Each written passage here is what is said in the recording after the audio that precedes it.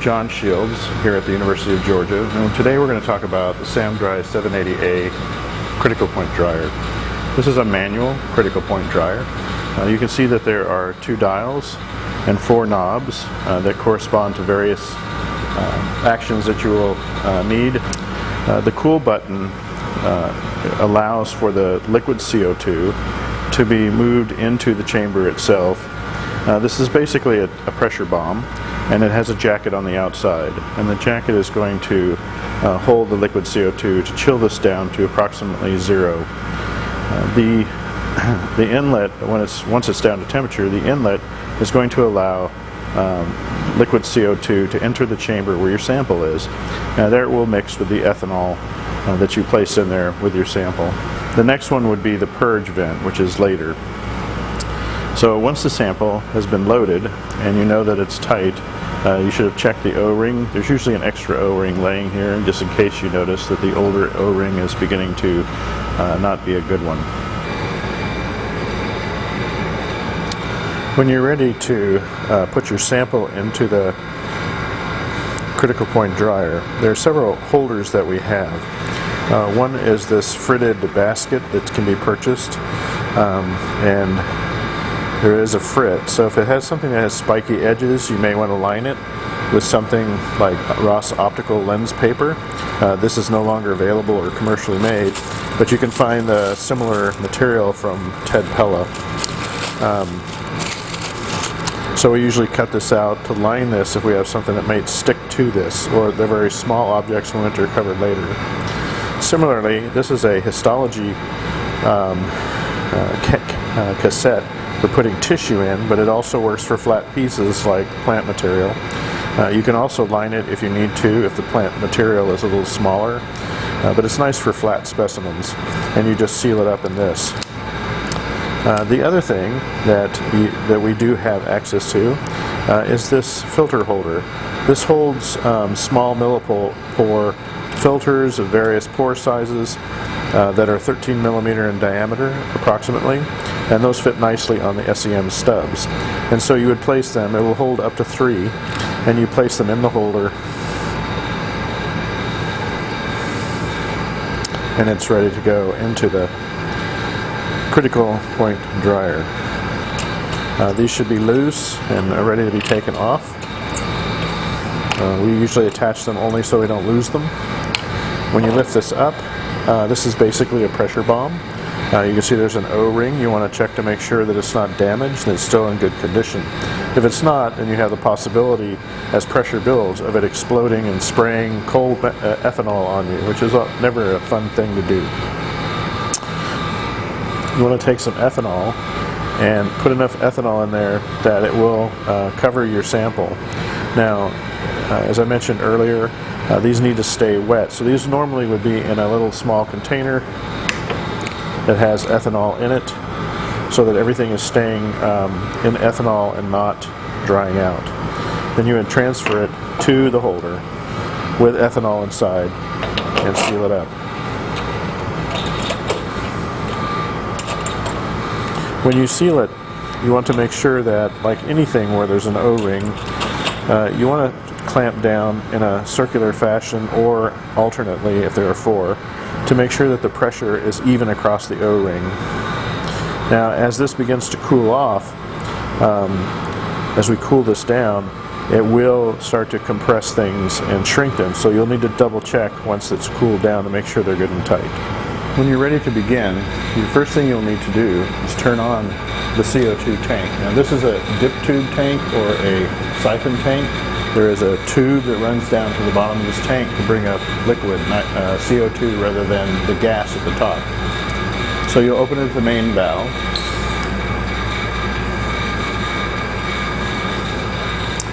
And then we can turn this on. And we're going to cool off the chamber, and it's going to get noisy.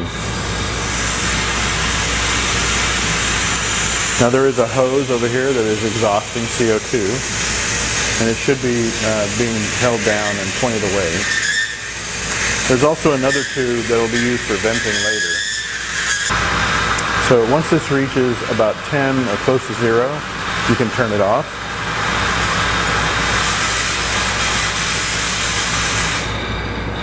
And you can open the inlet to allow the liquid CO2 to enter the chamber.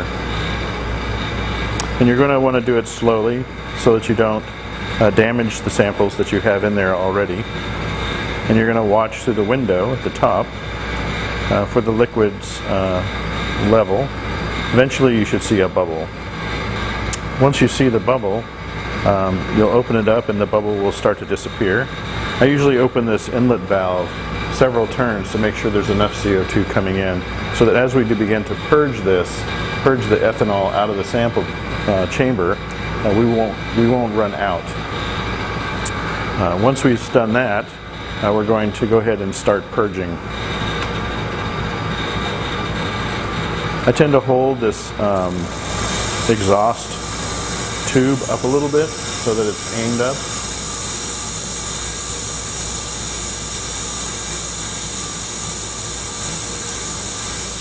And then we're going to, once it freezes, it'll stay where it's supposed to be. And I usually keep an eye on the chamber too to make sure that we're not losing liquid. So now it's going to be purging both CO2 and ethanol. The ethanol is coming out as a liquid, and so eventually we need to start watching that.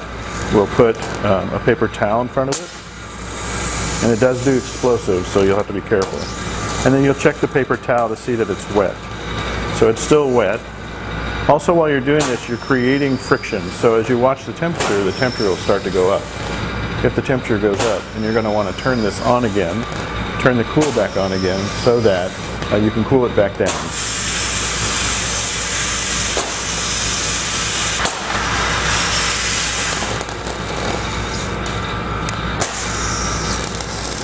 Now, as the CO2 or as the ethanol begins to be completely released by the CO2, it will start to clog up and explode a little bit. So we have a flow of CO2 coming out.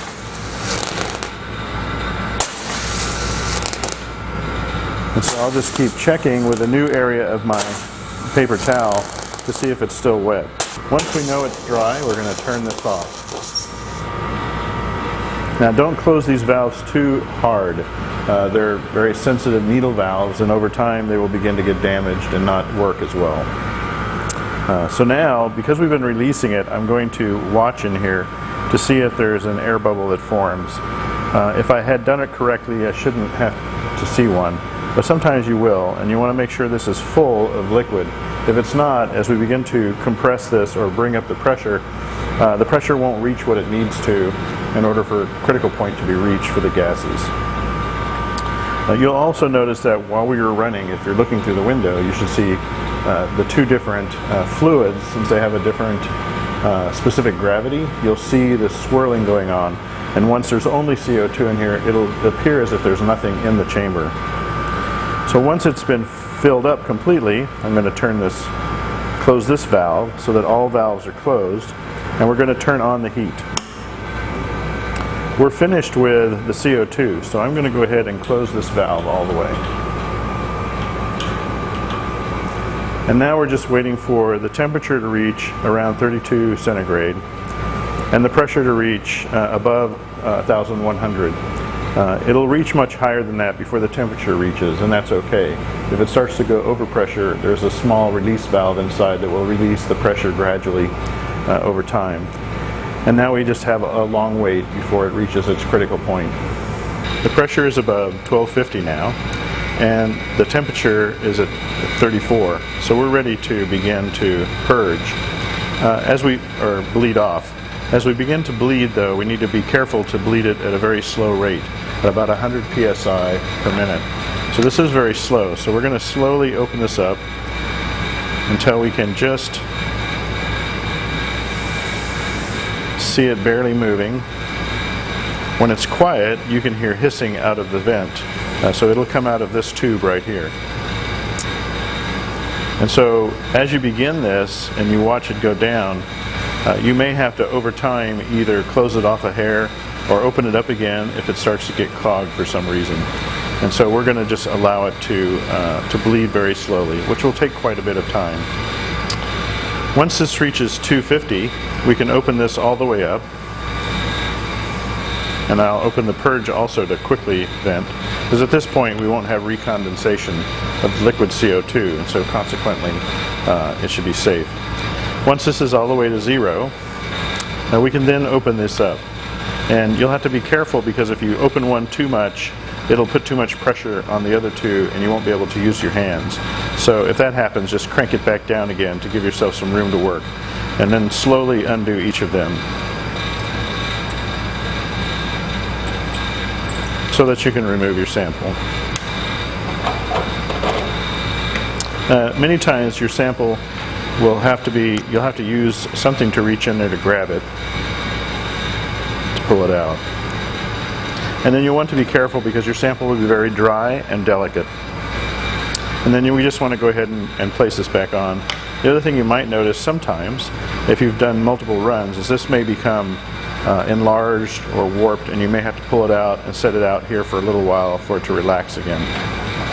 But we normally cover this back up again and seal it back up so it'll stay clean inside. And then you can turn off the heat and the power, and you're ready to go.